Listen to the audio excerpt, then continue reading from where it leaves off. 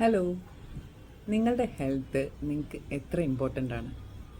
അതിനുവേണ്ടി എത്ര സമയം നിങ്ങൾ കളയാറുണ്ട്? അല്ലെങ്കിൽ നിങ്ങൾ എല്ലാ വർഷവും ഒരു ഫുൾ ബോഡി ചെക്കപ്പ് ചെയ്യാറുണ്ടോ? അറ്റ്ലീസ്റ്റ് ഒരു ബ്ലഡ് ടെസ്റ്റെങ്കിലും ചെയ്യാറുണ്ടോ?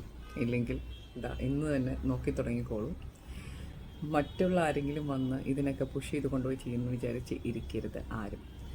ആദ്യം തന്നെ പറയാം, നമുക്ക് ഒരു പ്രായം എത്തിക്കഴിഞ്ഞാൽ തീർച്ചയായും കുറച്ച് എക്സ്റ്റേണൽ സപ്ലിമെൻറ്റ്സിൻ്റെ ആവശ്യമുണ്ടായിരിക്കും.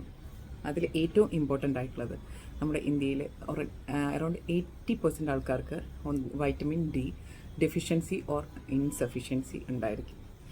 പ്രത്യേകിച്ച് ഒരു ബ്ലഡ് ടെസ്റ്റ് ചെയ്ത് നോക്കുക, നിങ്ങൾക്ക് എത്രത്തോളം കുറവുണ്ട്, അത് നോർമൽ റേഞ്ചിനാണോ എന്ന് നോക്കി അതിനനുസരിച്ചൊരു ഡോസ് മരുന്ന് കഴിക്കുക.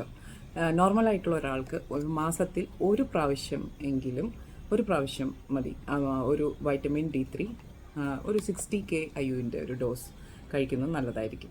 രണ്ടാമത്തത്, നമ്മളുടെ കഴിക്കുന്ന ഭക്ഷണത്തിൽ നിന്നെല്ലാം നമുക്ക് ആവശ്യമുള്ള മൈക്രോ ന്യൂട്രിയൻസ് എല്ലാം കിട്ടണമെന്നില്ല. അതുകൊണ്ട് തന്നെ നമുക്ക് വൈറ്റമിൻസും മിനറൽസൊക്കെ വളരെ ഇമ്പോർട്ടൻ്റ് ആയതുകൊണ്ട് ഒരു മൾട്ടി വൈറ്റമിൻ ഉൾപ്പെടുത്താൻ ശ്രമിക്കുക.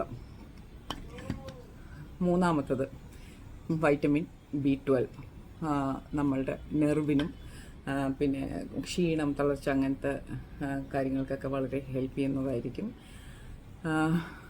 നെക്സ്റ്റ്, ഒമേഗ നമ്മളുടെ എന്താ പറയുക, സ്കിന്നിന് നല്ലതാണ്, ഹാർട്ട് ഹെൽത്തിന് നല്ലതാണ്, പ്രത്യേകിച്ച് വെജിറ്റേറിയൻസ്. കാരണം നോൺ വെജിറ്റേറിയൻസിന് പിന്നെയും ഫിഷിൽ നിന്നൊക്കെ അത്യാവശ്യം ഒമേഗ കിട്ടുന്നതായിരിക്കും.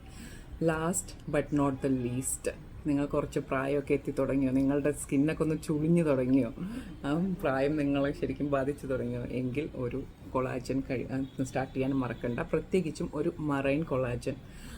അതിലാണ് ഏറ്റവും ഈ പറഞ്ഞ കാര്യങ്ങൾക്കുള്ള ബെനിഫിറ്റ്സ് ഉള്ളത്. അതുകൊണ്ട് തന്നെ